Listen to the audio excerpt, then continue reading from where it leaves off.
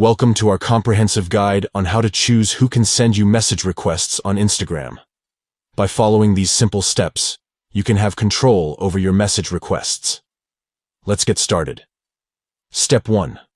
Open the Instagram app on your device. Step 2. Go to your profile by clicking on your profile picture located in the bottom right corner. Step 3. Tap the 3 horizontal lines at the top right of the screen. Step 4. Scroll down and tap on Settings and Privacy. Step 5. Below how others can interact with you, tap on Messages and Story Replies. Step 6. Tap on Message Control. Step 7. Now you can choose whether message requests from people on Instagram go to your Message Requests folder, or whether you want to receive them at all. Option 1. Tap your followers on Instagram to choose where you want to deliver the request. Option 2. Tap Others on Instagram to choose where you want to deliver the request. Please note that you'll need to accept message requests in your Message Requests folder before they appear in your chats list.